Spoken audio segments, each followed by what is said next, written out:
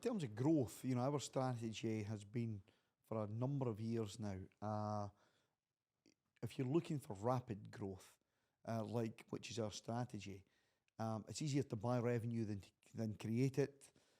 In all the years that we've been in business, we've always been able to make the leap, if you like. If you're looking to make significant growth instead of organic growth, the quickest and easiest, fastest way to do that is through acquisition. So organic growth is fine, but if you're looking at making a real difference quickly in terms of growth through sales, scalability, geography, all that stuff, it's easier to buy somebody else's, if you like, blood, sweat, and years, buying good businesses. So our model very much is based on huge growth in a short period of time. And the only way to achieve that growth is through acquisition. So that's why we prefer, and our model is very much based around acquisition growth. All acquisitions are different, and when you're building the growth within the company, as you say, it's better to do it through acquisition rather than organically. And what I've found from sellers, there's different reasons. Some sellers want to stay and be involved and be part of that growth, and some other sellers want to sell to depart basically and move on to other things, either retirement or something else that they're working on. But the majority of the people that I've spoke with, the conversation is that they want to be part of something bigger, and they want to be part of that acquisitional growth.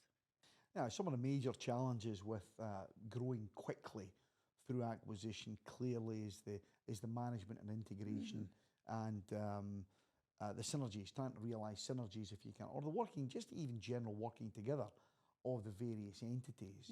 It's there are different personalities involved, different sizes of businesses.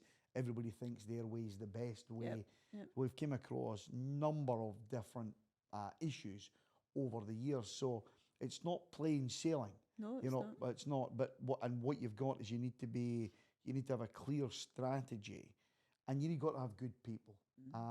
If you've not got a clear strategy and good people that are ready to implement what that strategy is, structure follows strategy. So you've got to get the strategy right first, then the structure.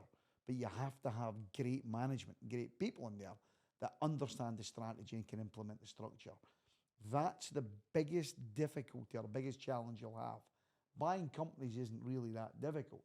Buying good, well-run, well-managed companies isn't that difficult. And by the very nature of it, these are well-managed, well-run businesses doing well in their own right. So when you bring a load of them together, everybody's... It's the integration and the implementation of best working practices together. Yeah. It's not always easy. It's not easy. We've had good and we've had, not bad, but you've had challenges. No challenges, yeah. And, I think that, everybody's got different systems. Nobody's on the same system. Everybody's got different wee quirks in terms of way of working, culture, and customer base to a certain extent. So the whole thing, that's the biggest challenge we've seen when you're growing through acquisition quickly. And that cannot be underestimated for we've learned our lessons, if you like, in that, in that field where the businesses in their own right are good businesses, but the people within the businesses and the culture within the businesses has been the biggest challenge to try and integrate them into a new culture, and that's what we've found is the biggest challenge. What have you learnt then from that? Because obviously we've been doing this a long time, and we have seen the good and the challenging. What would you implement at the next acquisition to make sure that it runs smoothly? But as you say, it's a lot of it's personality based. So how can you, when you don't know their personality when you're buying an acquisition? It's difficult. It's not an easy one, and different personalities. We've looked at businesses whereby we've actually bought the business because for the people and for the personalities. And in actual fact, you're 2 or 3 months down the road and it's been a mistake. So it's not easy. You've got to be able to. The lesson is you will not always get it right, and you're going to have to be able to adapt and change.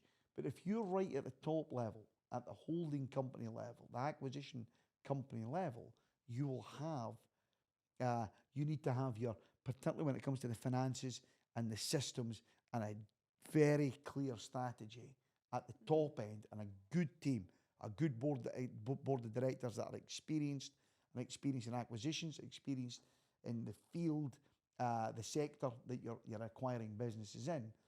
That is fundamental, because the biggest underestimation in any of this is the management piece of it.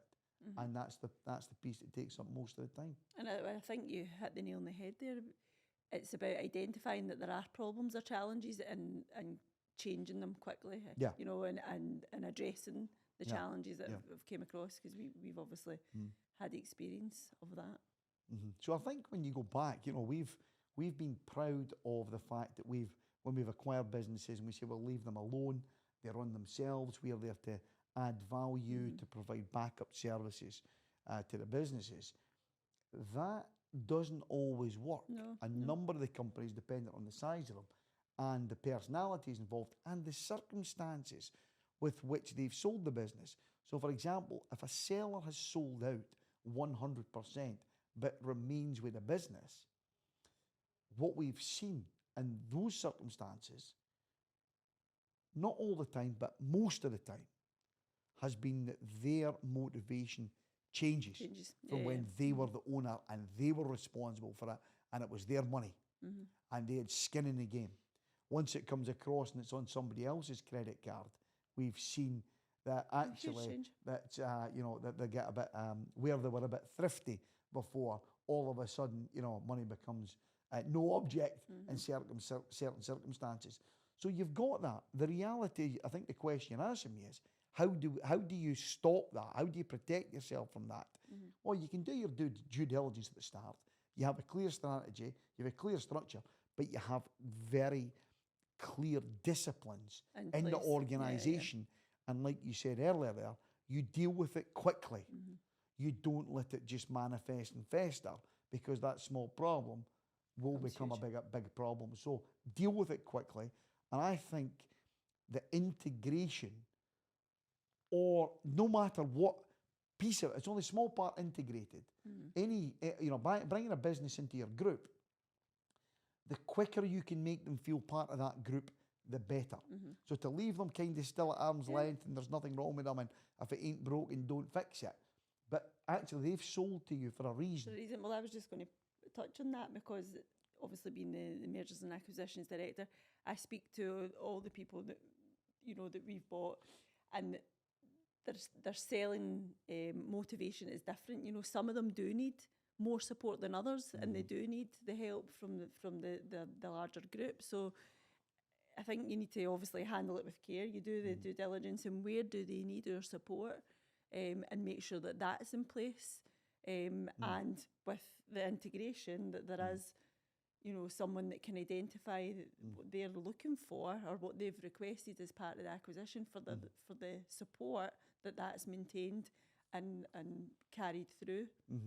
So, like you say, every deal's different. Every acquisition's different, and the personalities are different. So, what we're looking to do, what we've learnt our lessons on, has been, we've probably what we do different, as we continue to go, is that every deal will continue to be different. We understand and accept that. But there has to be, whatever level of integration, there has to be a minimum amount of immediate integration into the group. They immediately need to know that there is a new owner and a new set of rules and a new culture that they are now becoming part of. It might take them a while to get there. Look, I think we're no different to any company in the world. Some of the biggest companies in the world that have merged, that have failed, if you like, have been because of culture. Big, well-run, huge businesses themselves. So it's always a challenge you're always going to need to overcome. And our philosophy is, we don't fully integrate them. We don't want to turn them into one. Yeah, you're not going to be changing the branding and changing. No. But it's working as one. It's working as one if you like, family of companies that share the same family values, reporting structures, and all that stuff, and they know immediately that they're part of this family as quickly as you've possible. said it there, the reporting structures and the way that everybody reports the same within that family. You know, they don't, one doesn't do what they want and the other does what they want. You know, there's processes and reporting structures in place, and everyone needs to follow them. Yep, that's important. Yeah, and for those reasons, that's why we're interested in good, well-managed, well-performing businesses, and not, you know, companies that are in administration or struggling. You know, we're looking for good, stable businesses. Yeah, I mean, we've had our fingers burnt, if you like, you know, in that respect. It is, you know, we don't want distressed businesses. It was never part of our strategy Plan. previously. Things have came up, we've taken a gamble, some of them have not worked out. And the reason for that is, you know, normally companies that are struggling or in distress, there's generally a reason at the core of the business why that's happened. And for us, on a fast acquisition model, we've not got time to go and try and sort that out. There's a number of, you know, private equity businesses and specialists that are really good at going and doing that and spending 3, 4, 5 years turning businesses around, being able to do that. But the chances of that are slim. Doesn't matter how good you are and how much money you've got. 9 times out of 10, it's not going to work. You know, that's the percentages. So we just very clear on the type of businesses that we want. They've got to be well run, well managed. They've got to have a track record, and we are prepared to pay, you know, a good value to acquire that business. And that certainly, you know, having done many acquisitions, the ones that have been the most successful for us have been the ones whereby they've been good businesses, stable, steady, in good shape. When we've bought them, we've added value, and we've taken them to the next level. And that's why we always say that we stick to a strict criteria. That's why that's important, because that, you know, that criteria for different sectors, we have different criteria, but, you know, it's important because we select the criteria for a reason, because we've studied the sector or the market, and we understand that this criteria suits that sector, so it stops the problems that we've came across previously. Yeah,